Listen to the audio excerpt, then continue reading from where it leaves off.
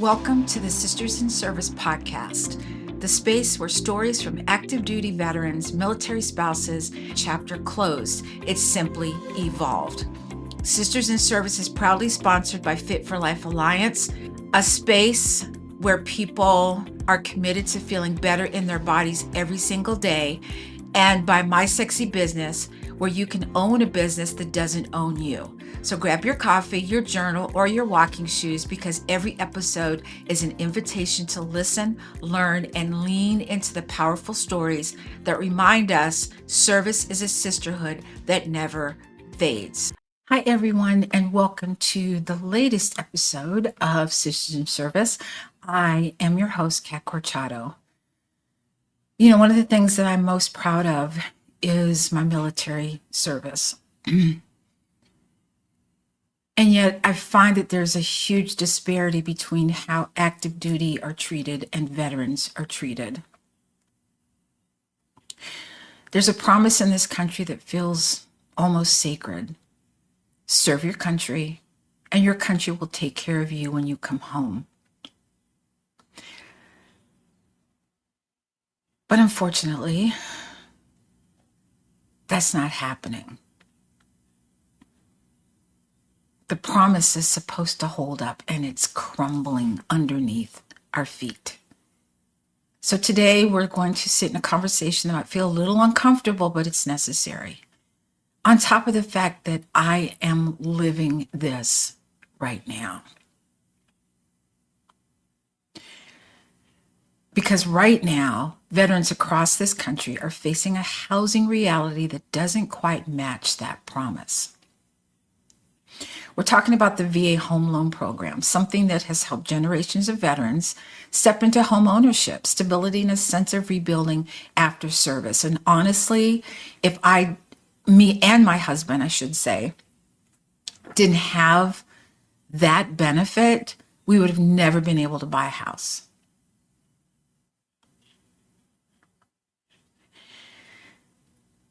But more specifically, we're talking about what happens when things go wrong. When life hits you hard, gut punch. When finances get tight, maybe you got laid off through no fault of your own. When a veteran is at risk of losing their home. There used to be a safety net in place, a program designed to help veterans avoid foreclosure, to give them time, options, and a pathway forward. And today, that safety net is just hanging and blowing around in the wind, no longer functioning the way it once did. Now, here's where it gets even more complicated. There is a fix being discussed. The Department of Veterans Affairs is aware. There are conversations happening, but the timeline? We're not talking weeks. We're talking months, possibly years.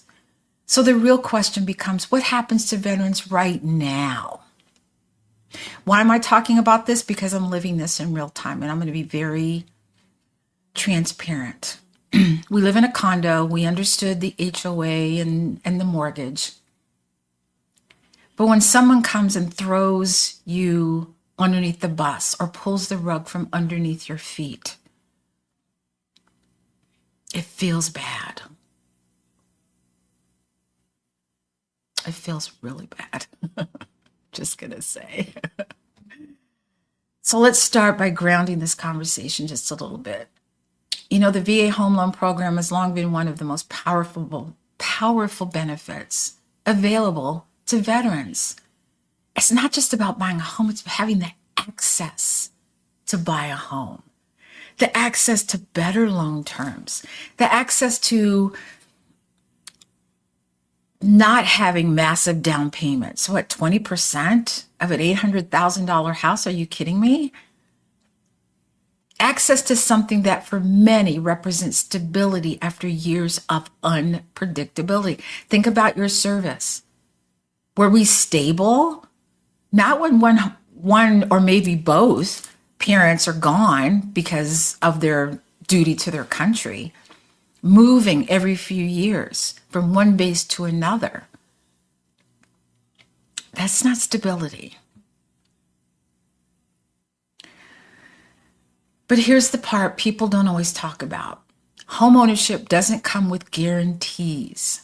Life still happens. People lose jobs. You have medical issues. Transition out of the military that don't go as smoothly as planned. That's why foreclosure prevention programs matter so much. They're not about getting out of responsibility. They're about giving people a chance to recover without losing everything.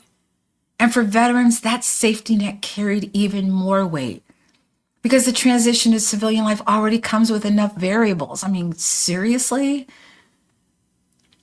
So when that layer of protection starts to disappear, the impact isn't theoretical, it's immediate. So let's talk about what's actually happening.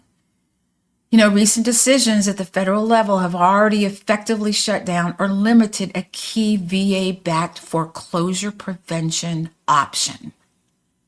It's gone. It's done. And while policy language can make this sound technical, the reality is anything but. It means fewer, if any, options for veterans who fall behind on their mortgage. It means less time to recover. It means a faster path from I'm struggling to I might lose my home. And let me just halt here for a second. Now, the reason we might go into a foreclosure situation, I'm talking about me personally, isn't because we were late on our payments. Isn't because we just decided that money can go somewhere else. Let's go have a party. It's because someone on our HOA decided that they wanted to do $6.2 million worth of work. And because we have a 3-bedroom, 2.5 bath, which, by the way, is for sale if you're looking someplace to live, $165,000. That's what we're supposed to come up with, lump sum. Not payments, not every 3 months. Let me repeat that, $165,000 on top of our mortgage, on top of HOA.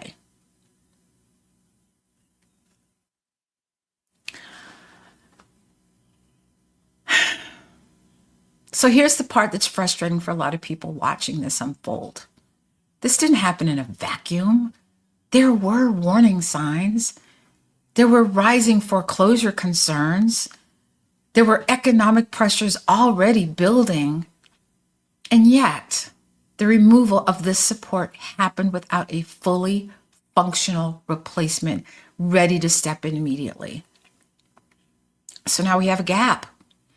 And in policy, gaps don't just sit quietly. They affect people in real time. So let's be fair. There is movement happening. The Department of Veteran Affairs has acknowledged the issue and is working towards a solution. There are proposals, frameworks, discussions, blah, blah, blah, around what a new support system could look like. And on paper, that sounds reassuring. Here's the disconnect. A solution that exists eventually doesn't help someone facing foreclosure today. I looked, you guys, there's nothing out there. There's nothing out there to help people. Regular people who are veterans, regular people who are living their life and doing their thing, and then life happens.